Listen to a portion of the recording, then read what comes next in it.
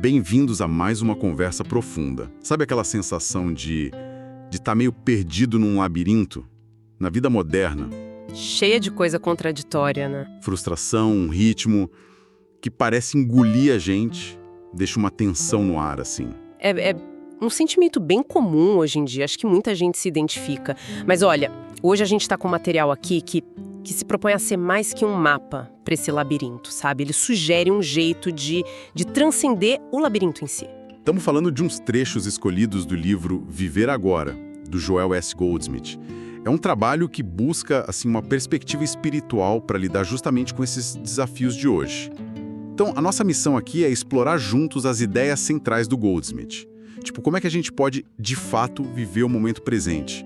E como acessar essa realidade espiritual que ele diz que já está dentro da gente. E o mais curioso, como só mudar a nossa consciência pode transformar radicalmente a nossa experiência de vida. Olha, é uma proposta e tanto, né?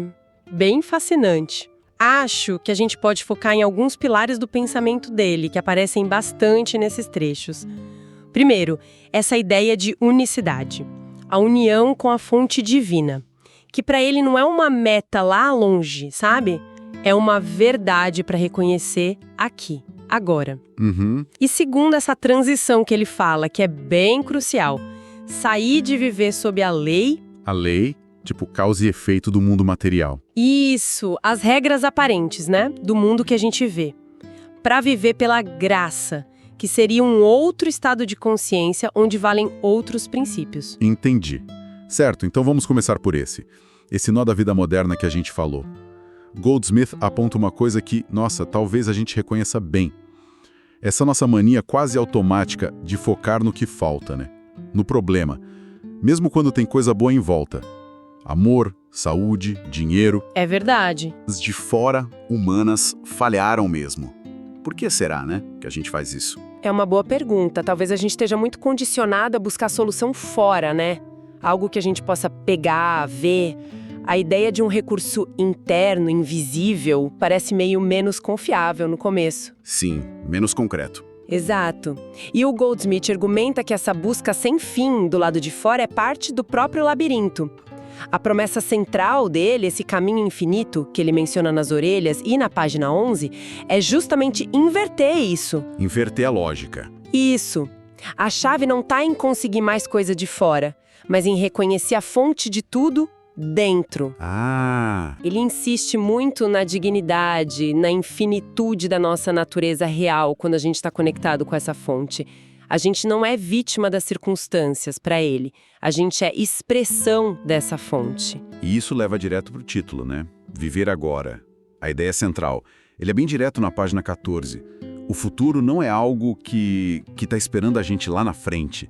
Ele é moldado aqui, agora, nesse instante. A nossa consciência atual é a matéria-prima da experiência que continua. Ele até lembra aquela passagem, né? Ao que tem, mais lhe será dado. Sim, ele cita isso na página 16. Sugerindo que, ao ter essa consciência da herança divina, agora, mais disso aparece. Mas, puxa, isso não bota uma pressão enorme na gente, no presente. Parece um peso ter que estar consciente o tempo todo. É um ponto importante, sim. A pressão aparece se a gente interpreta isso como, sei lá, ter que pensar positivo 24 horas por dia, o que não é realista, né? Com certeza não. Eu acho que a visão do Goldsmith, ali na página 14, é mais sutil. Não é forçar pensamento, é entender a qualidade da nossa consciência que predomina. Pensa num rádio. A estação que você escorre agora. Determina a música que eu ouço agora. Exato. E a experiência futura é só a continuação dessa sintonia atual. A responsabilidade, então, não é um fardo, é um poder. O poder de escolher a estação. Isso. Aqui, estação interna, a gente vai dar atenção. A escolha fundamental que ele coloca é essa. A gente vai continuar dependendo das estações de fora, aprovação, dinheiro, circunstância, o que ele chama de servir ao homem, ou vamos aprender a sintonizar a estação interna, a fonte, o Deus interior. E talvez seja difícil fazer isso. Por isso, muitos só tentam quando as opções externas acabam, como você disse antes, né? Citando a página 23. Pois é. Talvez explique um pouco essa tendência, o eu. Isso está na página 17. A maioria de nós ia responder o nome, a profissão, o corpo, né? Pensamentos, emoções. Sim, o automático. Mas o Goldsmith guia para ir além disso. Ele afirma lá na página 18 categoricamente: eu sou consciência. O que isso quer dizer na prática? Não é só uma frase bonita, imagino. Definitivamente não. É o coração da filosofia dele, sabe? Se a gente aceita eu sou consciência e se entende Deus, ou a fonte, a vida, o amor, ele usa vários nomes, né? Sim, na página 20 e 22. Como a consciência infinita, una, a conclusão lógica e que transforma tudo pra ele é eu e o Pai somos um. Tá lá na página 17. Eu e o Pai somos um. Forte. Mas não é pra inflar o ego, o eu pequeno. Pelo contrário. É pra dissolver esse eu pequeno. Dissolver na compreensão de que a consciência que eu sou é a mesmíssima consciência universal, divina. Imagina uma onda no oceano, o exemplo que ele usa na página 18. A onda tem a forma dela temporária, mas a substância dela é o quê? É o oceano. Claro. A onda não está separada do oceano. Reconhecer eu sou consciência é como a onda reconhecer eu sou oceano. Entendi a metáfora. E as implicações são enormes.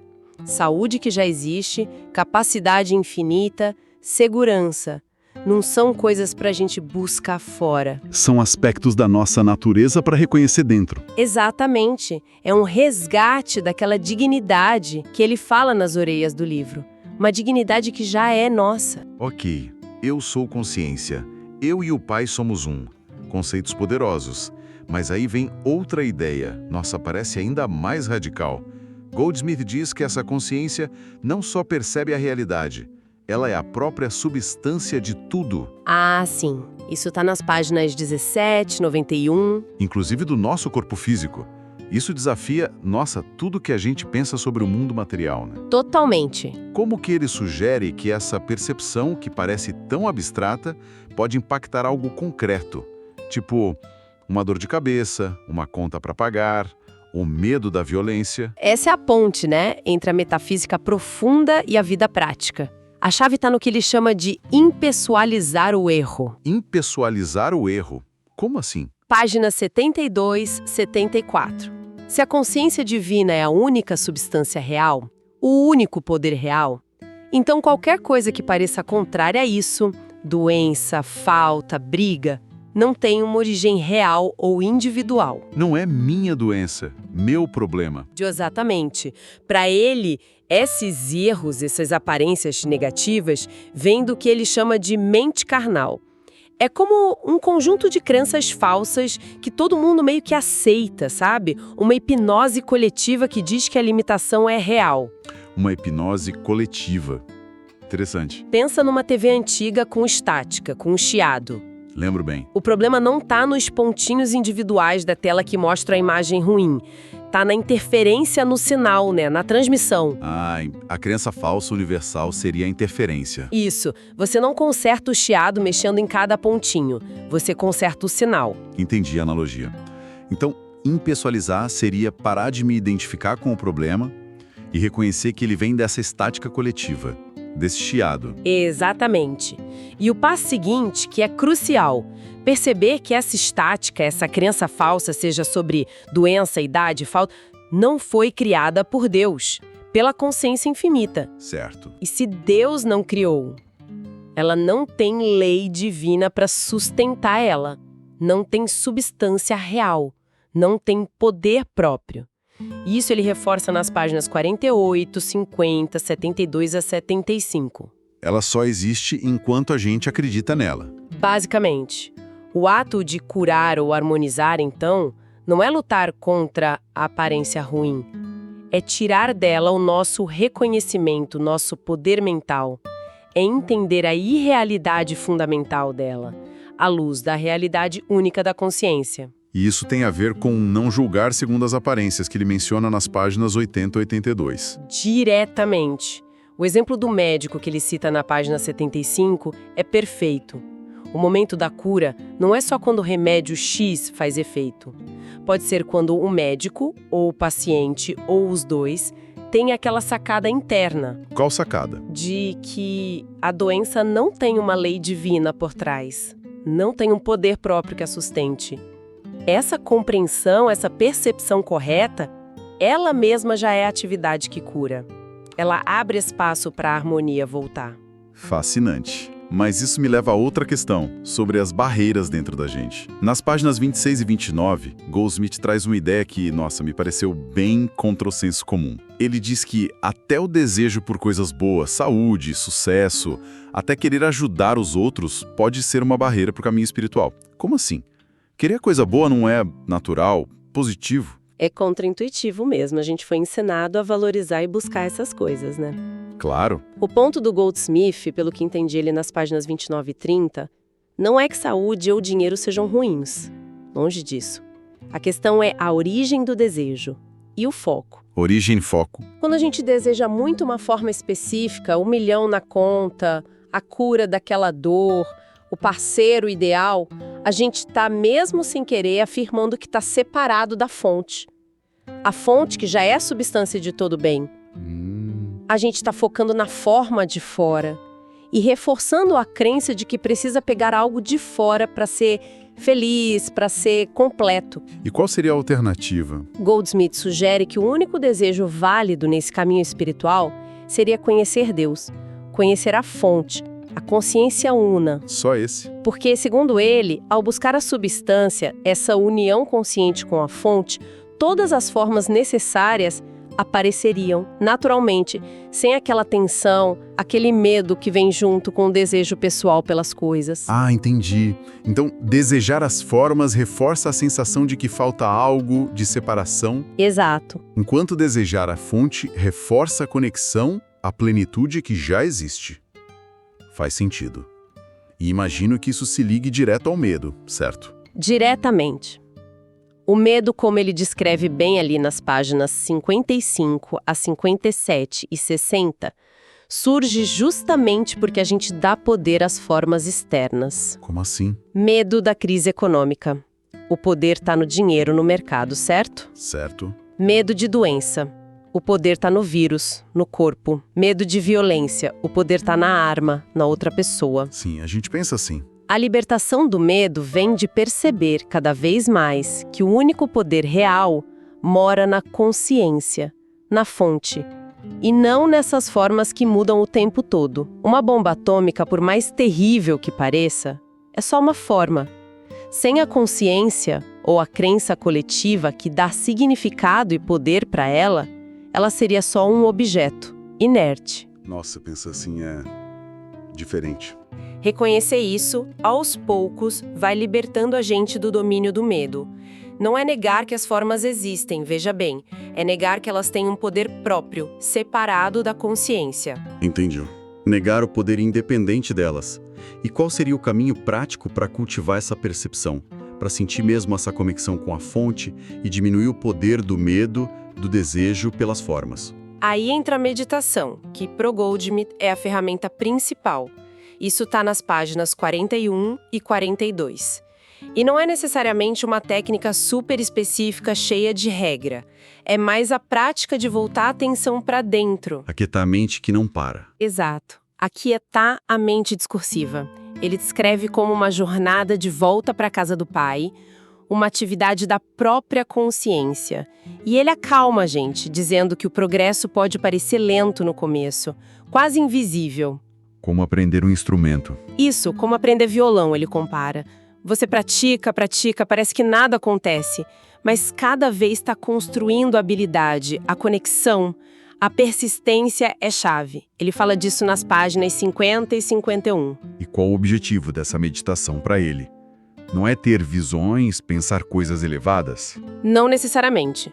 O objetivo principal, como ele descreve nas páginas 47, 48, 109 e até 187, é ir além desse fluxo de pensamento sem fim. É alcançar uma quietude lá dentro, um silêncio. Silêncio. Nesse silêncio, a gente para de ficar rotulando tudo, bom, mal, certo, errado. A gente fica mais receptivo àquilo que ele chama de voz fraca e baixa, a intuição. A voz interior. Isso, a intuição, a inteligência divina que guia de dentro para fora. É nesse espaço de quietude que a consciência opera mais livremente através da gente, sem a interferência do ego, das crenças que limitam. E para isso é bom dedicar um tempo específico, né? Talvez um lugar mais calmo no começo. Sim, ele sugere isso nas páginas 50 e 51. Ajuda a facilitar essa introspecção, esse treino para ouvir a estação interna. Isso nos leva a outro conceito bem profundo. A relação entre a lei de causa e efeito, o karma, e a graça. A maioria das traduções fala sobre isso, né? Colher o que se planta. Ele cita isso também. Sim, nas páginas 21, 97, 169 e 170. Ele reconhece a validade dessa lei, mas ele argumenta que ela opera principalmente no nível da consciência humana comum, a consciência material, onde a gente acredita na separação, no poder das coisas de fora. E qual a nova luz que ele traz sobre isso? A nova luz que ele explica ali pelas páginas 170 a 174 é que essa lei, causa e efeito, não tem o mesmo poder, ou talvez nem opere, no que ele chama de consciência espiritual, a quarta dimensão. A quarta dimensão. O estado de reconhecer a unicidade. Exatamente. A realização espiritual, a experiência da graça, segundo ele, anula a lei kármica. Anula? Como assim? É como se você estivesse jogando um jogo de tabuleiro, com regras bem estritas, isso seria o karma. Mas aí você desperta para sua natureza real e percebe que pode escolher jogar um jogo diferente, com outras regras, a graça, ou até parar de jogar o jogo antigo. A própria cura espiritual para ele seria uma prova disso. Um efeito, como uma doença ou falta, desaparece sem uma causa material óbvia para a cura. Mostrando que a lei de causa e efeito do mundo material foi... Transcendida. Exatamente. Foi superada por um princípio maior, a graça. E como se vive nessa graça? É algo que cai do céu? Ou é um processo? Parece ser um processo consciente, sim. A gente entra na graça, segundo Goldsmith, quando para com aquele esforço pessoal para consertar o mundo lá fora, para obter as coisas. E começa a reconhecer que a nossa suficiência, a nossa fonte de tudo, já está em Deus, na consciência interior. É mudar a atitude interna, então. É cultivar essa atitude de eu vivo pela graça. Confiar momento a momento na orientação e na provisão que vem de dentro, e não do que está acontecendo fora. Ele detalha isso nas páginas 171 a 174. E a expressão mais alta dessa vida pela graça é o amor. O amor. Mas não o amor sentimental, possessivo. O amor como um fluxo de dar, compartilhar, perdoar, liberar. Isso está nas páginas 21, 22, 63 e 64. Por que esse fluxo? Porque a gente reconhece a mesma fonte divina em todo mundo. Viver assim, para ele, é viver a própria vida de Deus. E isso tudo culmina no reconhecimento da filiação divina. Páginas 110, 111, 180, 191. A mensagem radical é: todos nós, sem exceção, somos essa expressão divina, inerentemente um com a fonte. Eu e o Pai somos um. Lembra? Lembro. Viver essa verdade exige o que ele chama de morrer diariamente. Morrer assusta um pouco. Não a morte física, claro, mas a morte do ego pessoal. Daquela identidade falsa, separada, mortal que a gente acha que é. Ah, morrer para o falso eu. Exato. É permitir que o Cristo, que para ele é a nossa identidade espiritual verdadeira, universal, viva e se expresse através da gente.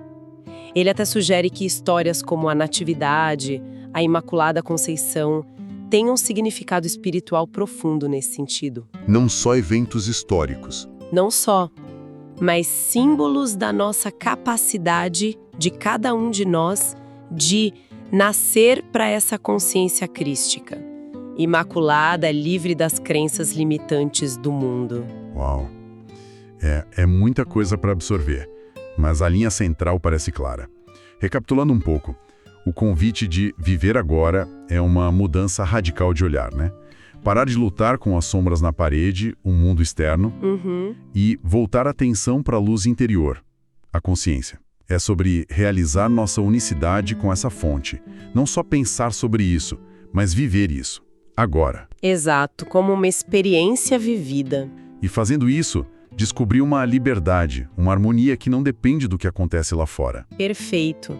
A liberdade não está em manipular o labirinto externo, mas em perceber que a gente não está preso nele, porque a nossa natureza verdadeira mora nessa dimensão interior da consciência, que é a fonte de toda a realidade. E isso deixa a gente com uma questão para pensar, né? Que vem direto dessas ideias. Se a consciência é mesmo o único poder, a única substância, como Goldsmith afirma com tanta certeza, qual aparência específica de limitação pode ser uma preocupação pessoal que sempre volta, um problema de saúde, uma dificuldade com dinheiro, até um conflito mundial que mexe com a gente? Qual dessas aparências poderia começar a perder a força sobre nós se a gente parasse consistentemente de alimentar ela com a nossa crença? A crença de que ela é real e tem poder por si só? Parar de alimentar a crença nela? O que acontece quando, em vez de lutar com a sombra, a gente se volta de propósito para a luz interior, reconhecendo ela como a única presença real, o único poder real? Que transformação pode acontecer quando a gente tira a nossa substância mental do problema e investe ela na verdade da nossa unicidade com a fonte? Uma pergunta potente para levar daqui e talvez, quem sabe, experimentar um pouco. Essa foi nossa exploração em torno das ideias de Joel S. Goldsmith presentes em Viver Agora. Esperamos que tenha sido uma jornada esclarecedora e, talvez, inspiradora. Até a próxima conversa.